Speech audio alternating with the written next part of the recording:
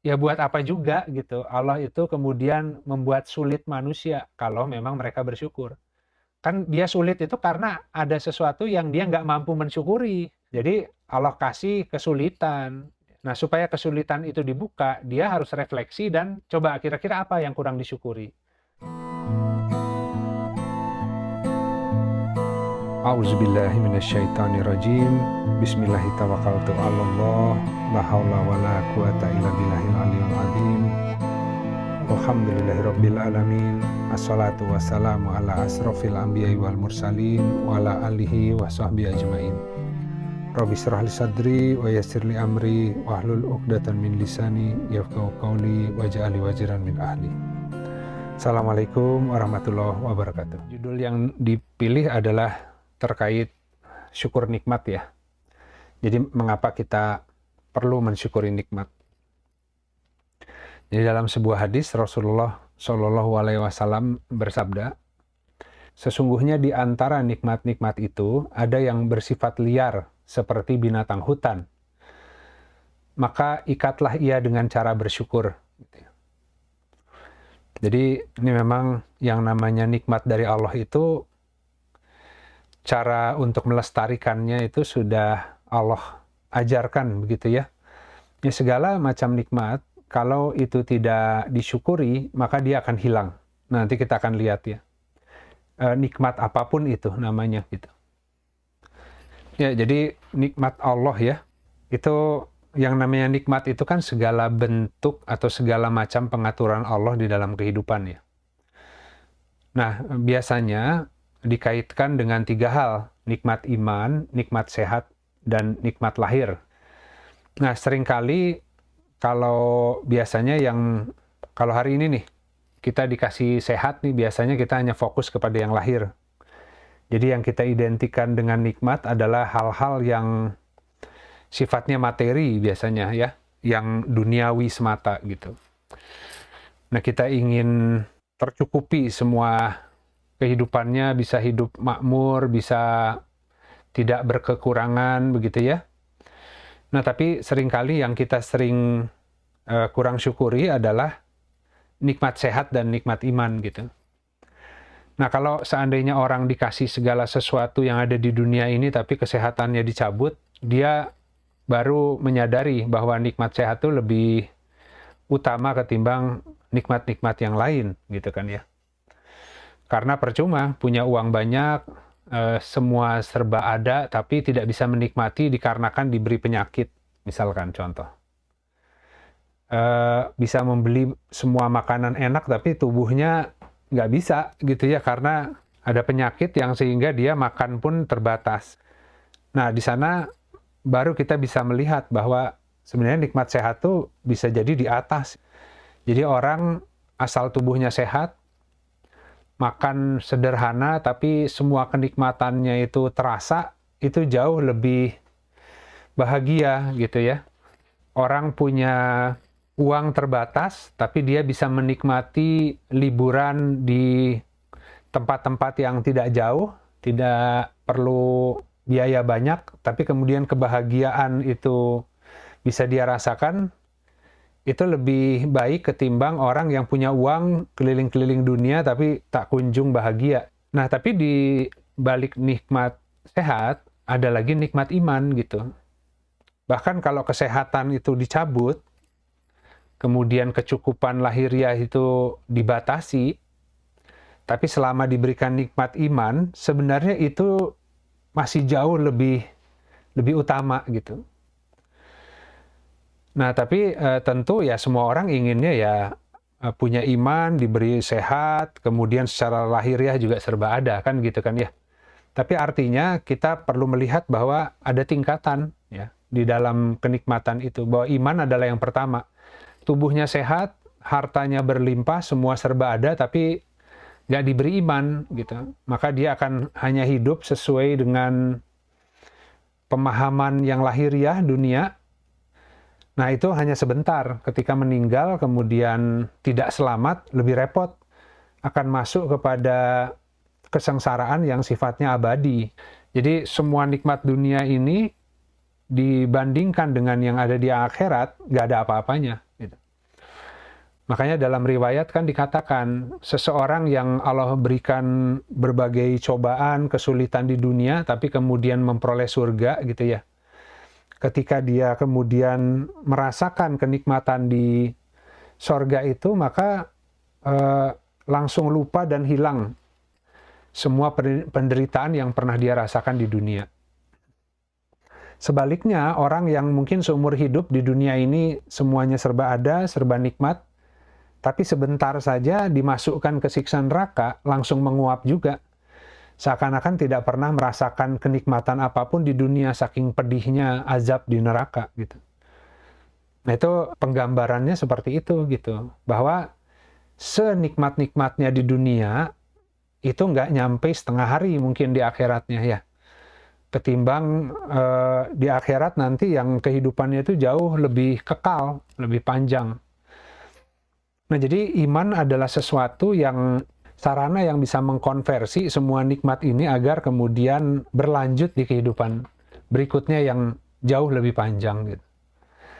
Nah, tapi kalau orang tidak beriman kan tentu ya urusan nantilah itu gitu. Yang penting hari ini gitu kan.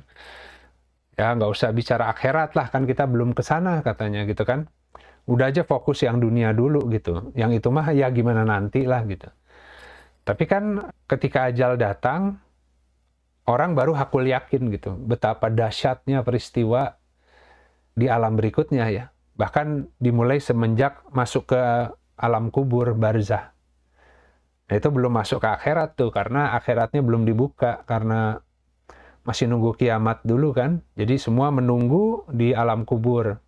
Baik itu di tadi ya, diberi kenikmatan awal, di ya taman sorga lah begitu ya, atau yang kemudian azab neraka, azab kubur dulu gitu sebelum memasuki azab yang lebih besar lagi gitu kan. Nah jadi memang dahsyat ya, kehidupan ini tuh hanya sebentar aja gitu. Nah jadi urutannya itu ada iman, sehat, kesehatan, dan lahiriah gitu. Nah tapi yang disebut syukur, tiga-tiganya itu harus diamalkan gitu. Jadi kalau orang diberi iman, tapi imannya itu tidak dilanjut dengan melakukan amalan yang soleh, ya, maka itu disebut tidak bersyukur. Maka imannya akan dicabut lagi gitu.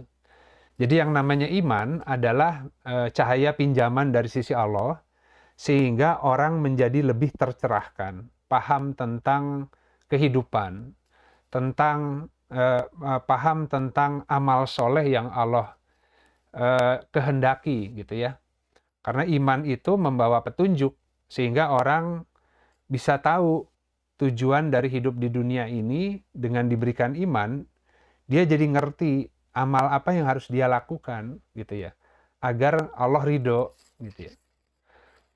Nah, jadi kalau orang diberi iman, kemudian tidak dilanjut dengan amal, maka itu disebut tidak mensyukuri iman. Maka iman yang sifatnya pinjaman akan dicabut lagi oleh Allah gitu. Orang dikasih iman sama seperti orang dikasih lampu senter. Dengan lampu senter itu, maka dia mencari jejak Allah di dunia. Dengan iman itu menjadi sarana untuk mengenal Allah gitu. Tapi kalau dikasih cahaya senter tapi tidak mencari Allah, ya dicabut lagi cahayanya. Buat apa dikasih cahaya kalau cahaya itu tidak dipakai untuk mencari, untuk membaca Al-Quran? Kan akan seperti itu ya, untuk menjadi panduan dalam menjalani kehidupan. Ya orang dikasih iman tapi dalam menghadapi dunia nggak pakai Al-Quran, ya dicabut imannya gitu. Karena diberi iman tapi menyelesaikan persoalan dunia pakai logika semata, apalagi pakai hawa nafsu gitu ya. Maka iman akan dicabut. Sehat pun sama. Dikasih tubuh yang sehat, kalau tidak digunakan, maka kesehatan akan menurun seiring dengan usia kan. Jadi banyak orang yang sakit karena kurang gerak gitu. Semakin usia bertambah, gerak berkurang kan. Kalau anak kecil sehat karena aktif gitu secara fisik ya. Tapi semakin usia bertambah, maka si tubuh itu tentu harus tetap digunakan ya. Kalau dipelihara, digunakan dengan baik, maka kenikmatan sehat itu akan diperpanjang gitu. Makanya ada orang yang usianya sudah terus bertambah, tapi karena rajin olahraga barangkali ya, maka itu tubuhnya masih tetap operasional gitu.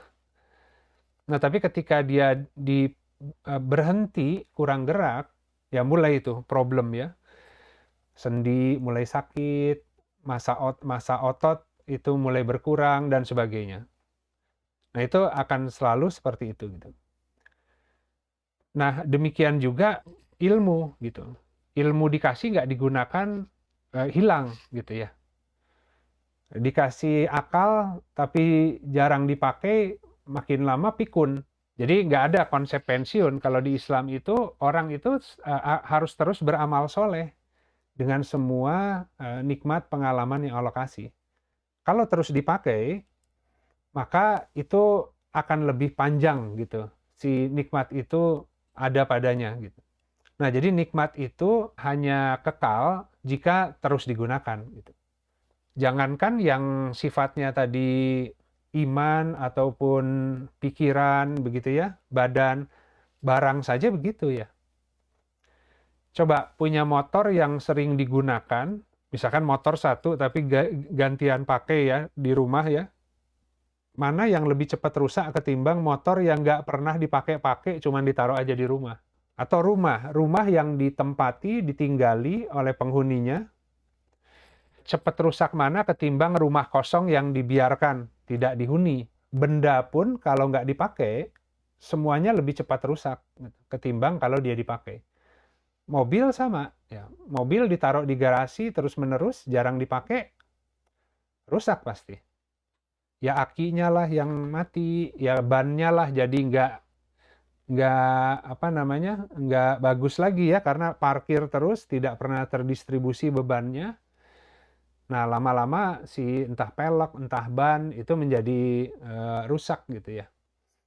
Jadi mau mobil, mau motor, mau rumah, benda, barang, kalau jarang dipakai atau nggak pernah dipakai, hanya disimpan, itu kemungkinan lebih cepat rusak ketimbang kalau dia digunakan gitu. Kalau digunakan jelas rusaknya karena pemakaian ya, karena lamanya pemakaian. Tapi kalau didiamkan, ya dimakan oleh usia dan ya karat ya dan sebagainya gitu. Nah, demikian juga tadi nikmat Allah itu kan mengatur manusia diturunkan ke dunia akan memasuki akhirat nantinya. Jadi kehidupan itu lebih panjang sebenarnya. Ada batas yang disebut barzah. Barzah itu adalah pembatas antara alam dunia dan alam akhirat atau disebut alam kubur. Alam kubur adalah pembatas antara kehidupan dunia dan akhirat. Nah, kan yang jadi persoalan adalah bagaimana nikmat-nikmat yang ada di dunia itu bisa terus berlanjut melewati barzah itu. Jadi kalau orang sudah menghabiskan semua nikmatnya, tidak ada satupun yang terkonversi untuk di alam akhiratnya, maka ketika dia memasuki barzah, tersiksa karena nggak ada fasilitas sama sekali di sana gitu. Karena semua kenikmatannya sudah dihabiskan hanya untuk kehidupan dunianya. Ya karena mungkin kurang juga visinya, karena nggak paham ya, bahwa dunia itu adalah ladangnya akhirat, bukan tujuan kehidupan yang sebenarnya, justru menjadi sarana untuk mengumpulkan bekal untuk kehidupan yang sebenarnya, yaitu kehidupan setelah mati. Jadi yang namanya iman, kesehatan, kemudian semua kenikmatan lahiriah yang ada, baik berupa harta, gitu ya, benda, itu kalau nggak ada yang mengalir tuh, infaknya, zakatnya, wakafnya, maka dia akan tinggal di dunia dan hanya menjadi bagian untuk ahli waris. Tapi untuk yang memiliki, dia nggak punya bagian karena semua ditinggalkan untuk dunianya. Jadi kalau di dunia, Allah memberi nikmat ada dua. Yang pertama adalah manfaat. Yang disebut nikmat manfaat adalah ketika Allah mengabulkan segala hal yang bermanfaat untuk kita. Nah, yang kedua Allah berikan adalah nikmat penangkalan atau penolakan atas hal-hal yang tidak bermanfaat. Jadi kalau kita menganggap bahwa kalau kita minta sesuatu, yang Allah kasih itulah yang disebut nikmat. Padahal sebenarnya yang Allah kasih dan Allah tahan dua-duanya disebut nikmat. Kenapa?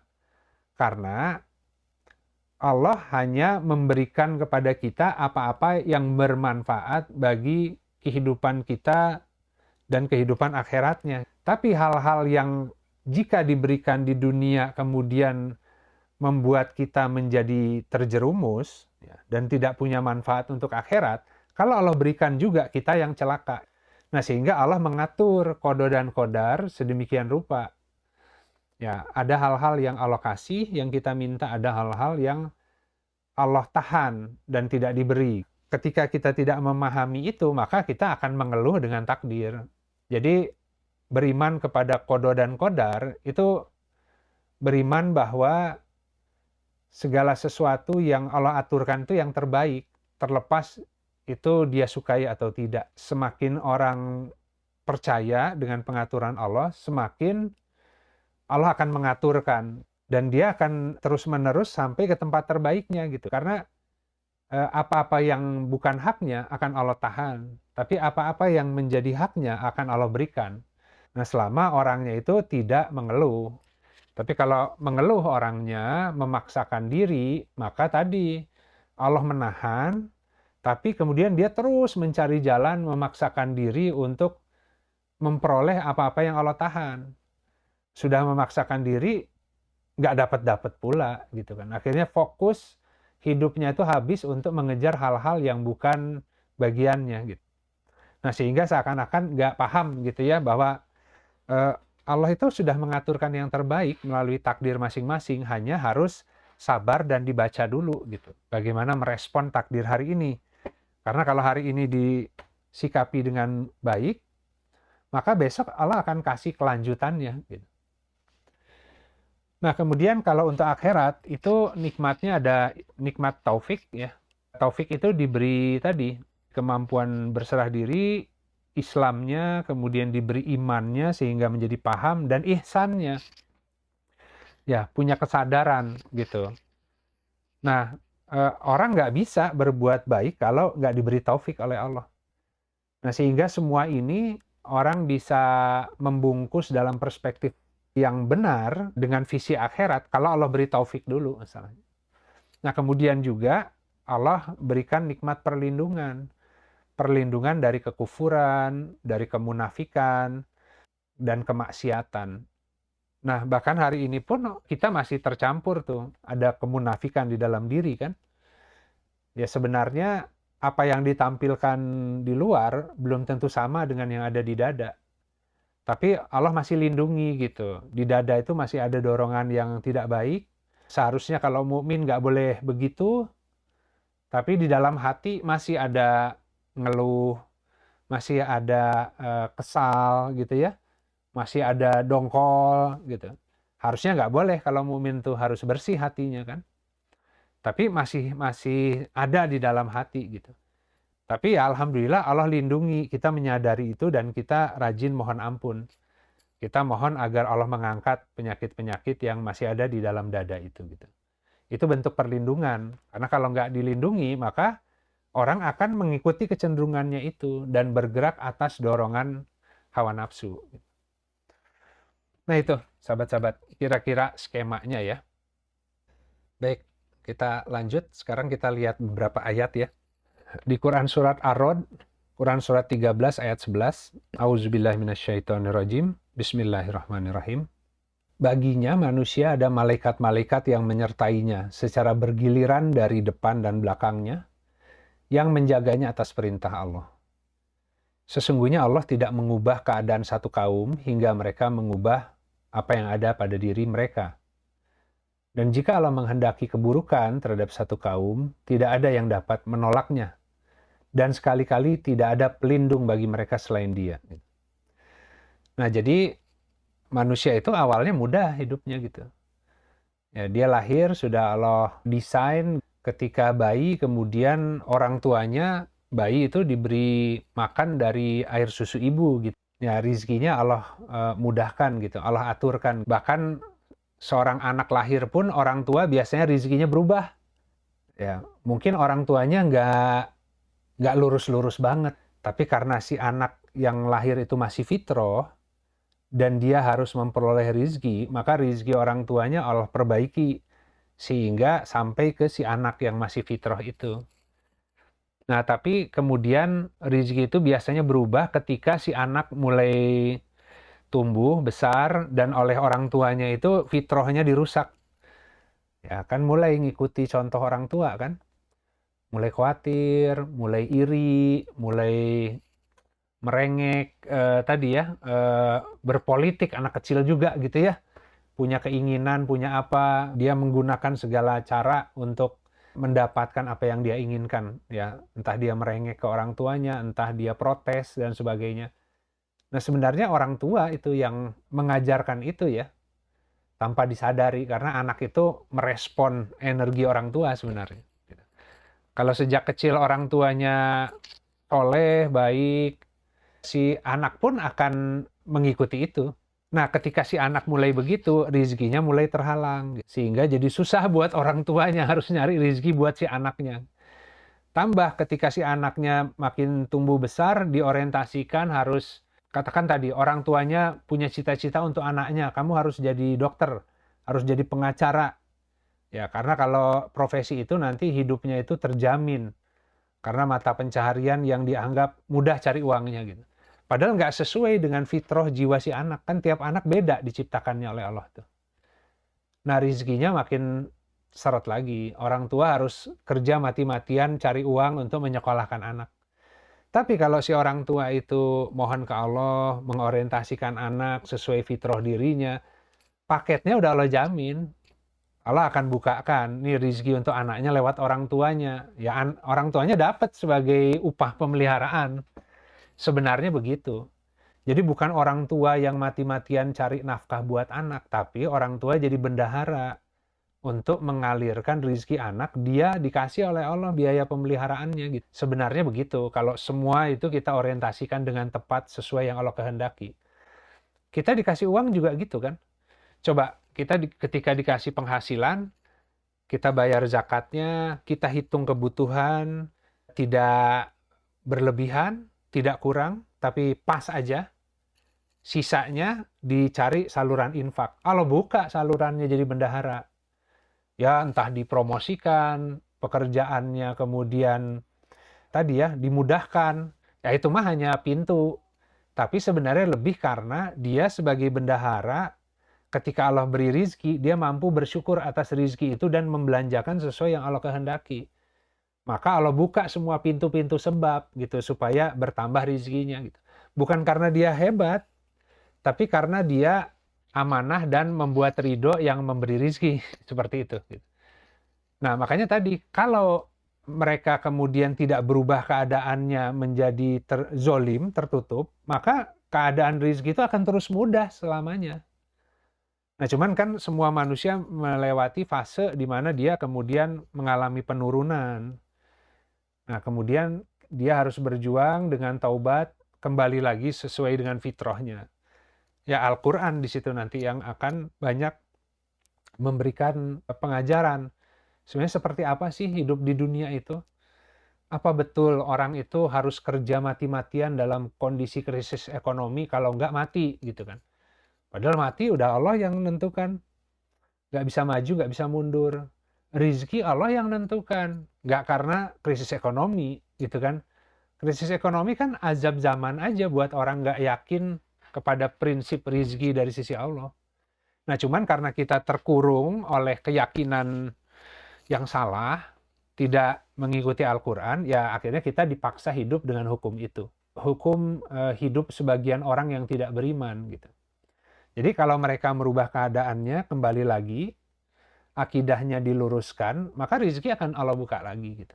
Nah kemudian di An-Nahl ayat 112, dan Allah membuat perumpamaan tentang satu negeri yang dahulunya aman, tentram. rizkinya datang kepadanya dengan melimpah ruah dari tiap-tiap tempat. Akan tetapi penduduknya mengingkari nikmat Allah. Maka Allah merasakan kepada mereka pakaian kelaparan dan ketakutan disebabkan apa yang selalu mereka perbuat. Jadi kalau misalkan kita melenceng, hidup dengan prinsip kita sendiri, kemudian nggak Allah koreksi, nggak Allah sempitkan, makin melenceng kan. Karena kita nggak tahu bahwa itu salah gitu. Nah justru cara Allah menegur supaya kita melakukan refleksi, tiba-tiba rizki yang tadinya mudah jadi susah. Maka kan di sini disebut Allah merasakan kepada mereka pakaian kelaparan dan ketakutan. Nah kenapa? Supaya kembali ke Allah gitu kan. Ya itu tujuannya. Jadi justru kalau nggak dikoreksi, kasihan nanti lebih repot lagi. Nah kemudian Allah kan sudah mengumumkan aturannya ya. Di Quran Surat An-Nisa ayat 147, mengapa Allah hendak mengazabmu jika kamu bersyukur dan kamu beriman? Dan adalah Allah maha mensyukuri, lagi maha mengetahui. Ya buat apa juga gitu, Allah itu kemudian membuat sulit manusia kalau memang mereka bersyukur.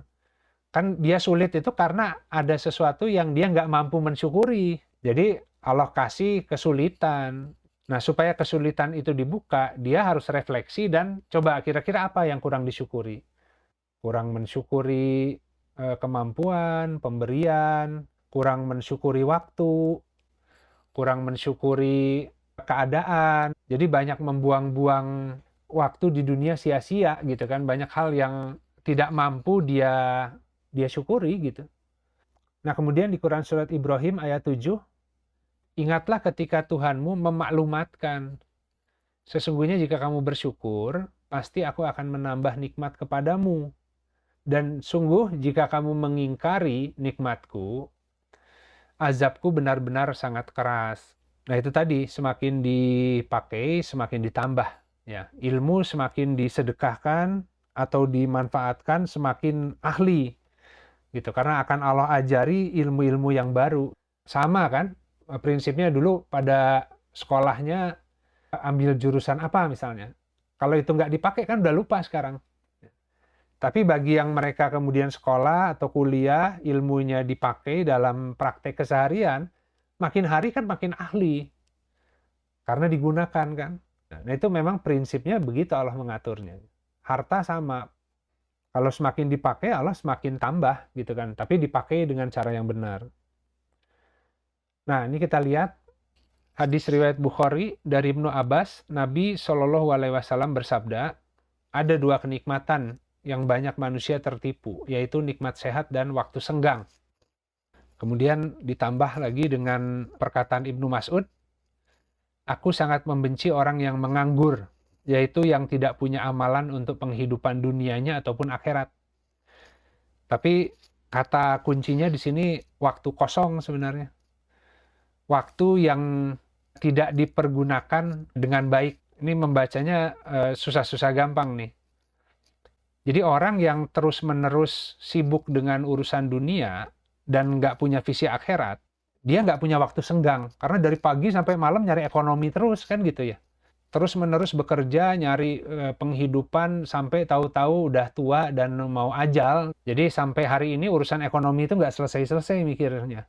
Nah, itu artinya orang disibukkan dengan harus mengurusi dunianya. Gitu. Tapi kalau orang mulai memahami visi akhirat, urusan dunia itu oleh Allah itu akan dibuat jadi lebih mudah gitu. Karena dunianya akan didatangkan secara bertahap, tanpa harus dicari. Sehingga dia punya waktu luang nanti. Jadi ada orang yang rezekinya didatangkan dengan mudah di dunianya, karena dia mencari amal soleh. Jadi beda tadi kalau orang yang nggak ngerti konsep amal soleh, nggak ngerti konsep bagaimana Allah mengatur rezeki, maka dia akan nyemplung dunia dan akan sibuk di situ sampai nggak punya waktu luang sama sekali. Tapi ketika orang kemudian ingin bersedekah, ingin bermanfaat hidupnya, begitu kan ya, tiba-tiba Allah datangkan rizkinya mudah, sehingga dia punya waktu luang. Nah, ketika dikasih waktu luang, yang ada dipakai santai-santai gitu. Kan dia udah dikasih kehidupan yang mudah, nggak seperti orang lain yang harus berangkat pagi sampai malam setiap hari untuk mencari sesuap nasi lah katakan dia. Sementara dia tiba-tiba Allah datangkan, dia jadi punya banyak waktu luang karena tiba-tiba pintu-pintunya dibuat mudah gitu. Nah, ketika Allah sudah ngasih itu, lupa bahwa waktu luang itu bukan berarti kemudian dipakai untuk santai-santai. Itu artinya sudah dunianya Allah datangkan, maka kamu harusnya lebih sibuk untuk mengerjakan urusan dunia yang ada nilai akhiratnya. Jadi harusnya lebih sibuk sebenarnya ketimbang orang yang hanya sibuk ngurusin dunia. Karena yang dia urusi dunia plus akhirat secara bersamaan. Tapi kuncinya untuk bisa ke sana, ya hal-hal yang basic dunianya kan harus dimudahkan dulu. Nah, kira-kira begitu sahabat-sahabat. Jadi banyak orang yang dikasih waktu kosong, akhirnya waktu kosong itu dipakainya nggak sesuai. Ya udah, nanti Allah cabut fasilitasnya sehingga dia harus nyari dunia aja. Kalau nggak, dia nggak bisa makan. Ya, jadi tapi kalau orang tadi, ya Allah, saya ingin bermanfaat, saya ingin bisa bersedekah, hanya saya terikat oleh pekerjaan dari pagi sampai sore, gitu kan ya. Kalau saya nggak bekerja seperti ini, saya nggak punya penghasilan. Tapi sebenarnya kalau saya punya waktu, saya tuh ingin mengerjakan A, B, C, D, gitu ya, untuk beramal soleh kepadamu. Tiba-tiba nanti dalam pengaturan pekerjaan dan kehidupannya Allah buat lebih mudah. Supaya ada waktu luang untuk mengerjakan nazarnya gitu, kira-kira gitu. Tapi ketika kemudian dikasih itu, dia lupa. Jadi sebenarnya dunia itu bisa mudah kalau kita cita-citanya akhirat. Karena yang tadinya kita nyari, dunianya yang datang. Tapi ketika dunia datang, waktu kosongnya terbentuk, jangan lupa bahwa itu bukan untuk santai-santai. Itu untuk mengerjakan sesuatu yang bermuatan akhirat. Nah, semakin orang fokusnya ke sana, dunianya, urusan dunianya Allah yang ngaturkan gitu. Nah, kemudian di Al-Ankabut ayat 69, memang orang harus berusaha dulu baru diberikan. Ya. Jadi kalau di Quran Surat Muhammad ayat 17, dan orang-orang yang memperoleh petunjuk, Allah akan menambah petunjuk mereka dan memberikan pada mereka ketakwaan. Jadi manusia itu punya potensi untuk diberi petunjuk setiap waktu oleh Allah. Dalam semua urusannya. Urusan anak, urusan ekonomi, urusan kesulitan hidup. Itu Allah itu sudah punya fasilitas petunjuk secara spesifik untuk menjawab setiap orang yang butuh. Tapi untuk bisa memperoleh petunjuk yang spesifik tadi, petunjuk umumnya harus diikuti dulu. Jadi kalau misalkan sekarang Al-Qur'annya ada, hadisnya ada, tapi prinsip hidup nggak pernah mengikuti apa yang ada di Al-Qur'an dan di hadis, ya jangan berharap bahwa Allah akan menambah petunjuk yang spesifik. Kalau sekarang, gimana kita tahu kalau itu yang Allah kehendaki? Ya baca Al-Qur'an dulu. Ya, dengan apa yang dipahami dari Al-Qur'an, maka coba diimplementasikan dulu, diamalkan. Nanti dalam masa-masa genting, karena biasa mengikuti yang ada di Al-Qur'an, ketika orang ada kebutuhan, Allah akan kasih petunjuk yang sifatnya langsung. Dan Allah akan ajari spesifik dalam problemnya masing-masing, Allah akan mengajari langsung ke setiap orang. Makanya kan barang siapa bertakwa, maka Allah akan mengajari gitu.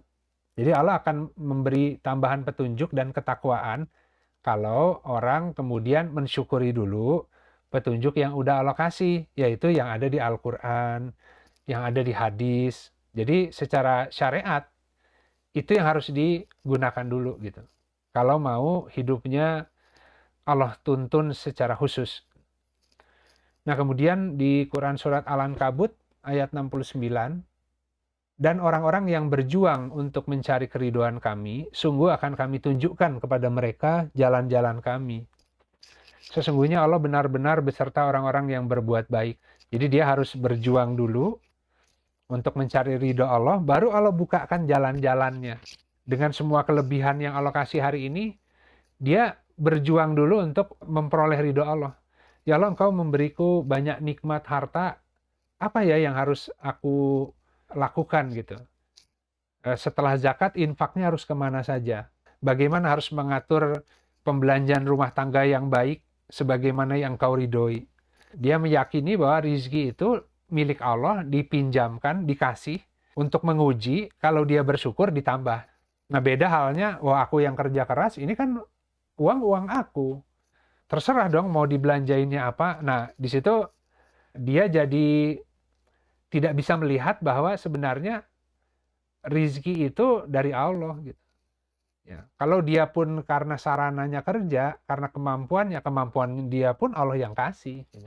Kesempatan kerjanya pun Allah yang berikan. Gitu.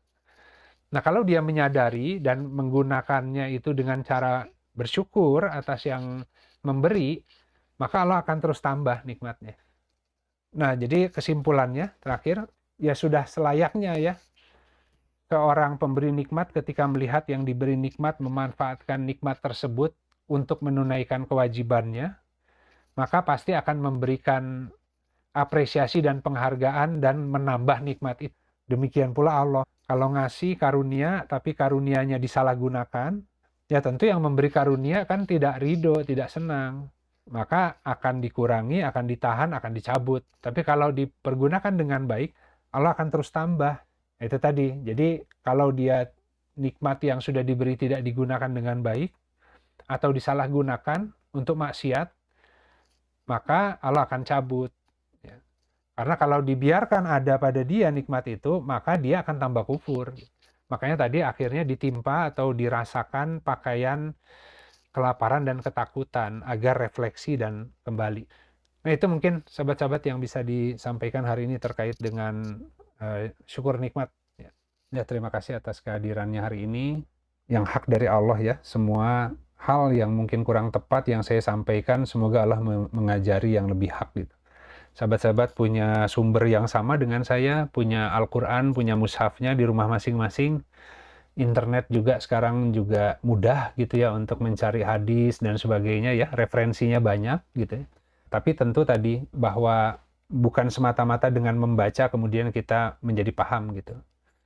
Ya, yang paling penting itu adalah kebutuhan hati ingin memperoleh bimbingan Allah. Kalau itunya sudah hadir, membuka Al-Quran itu biasanya oleh Allah jadi dimudahkan.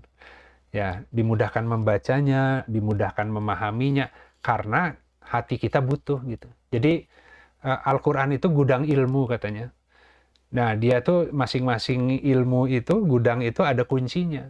Kuncinya itu adalah seorang hamba yang datang di hadapan Allah dengan fakir, merasa nggak ngerti apa-apa, butuh dibimbing oleh Allah. Ya Allah, ajari hamba ya agar bisa memahami kehendakmu, agar bisa memahami gelar kehidupan. Nah, biasanya Al-Quran jadi mudah gitu sahabat-sahabat.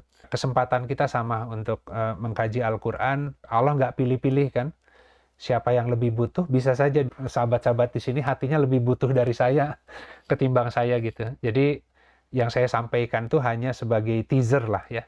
Semoga sahabat-sahabat kemudian menjadi lebih bersemangat untuk membuka Al-Qur'annya gitu. Nah, kalau di kita itu bisa nanya langsung ke Allah masing-masing. Gunakan sepertiga malam, itu adalah waktu-waktu terbaik. Barang siapa yang datang di sepertiga malam kan Allah langsung ya, salurannya terbuka dan sepi salurannya gitu. Ya itu mungkin sahabat-sahabat, jadi ini bentuk dari tadabur. Semoga dengan kita mentadaburi Al-Quran, Allah bersihkan hati kita dari semua karat hati yang mengotorinya, yang membuat kita menjadi buta untuk bisa melihat kehidupan dan kehendak Allah di balik gelar peristiwa harian kita gitu. Baik, itu sahabat-sahabat, mohon maaf atas semua kekurangan. Mari kita tutup kajian siang ini dengan beristighfar pada Allah dan doa kafaratul majelis. Astagfirullahaladzim, alladzi la ilaha illa huwal hayyul qayyum wa atubu ilaik. Subhanakallahumma rabbana wa bihamdika asyhadu alla ilaha illa anta astaghfiruka wa atubu ilaik. Subhana rabbika rabbil izzati amma yasifun wassalamun alal mursalin walhamdulillahi rabbil alamin. Wassalamualaikum warahmatullahi wabarakatuh.